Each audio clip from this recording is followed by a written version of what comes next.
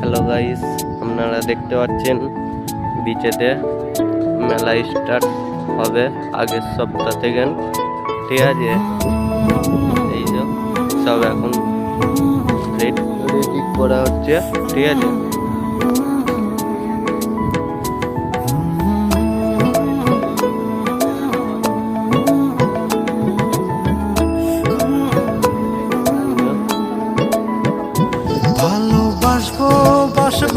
এখানে সব কিছু রেডি করা হচ্ছে।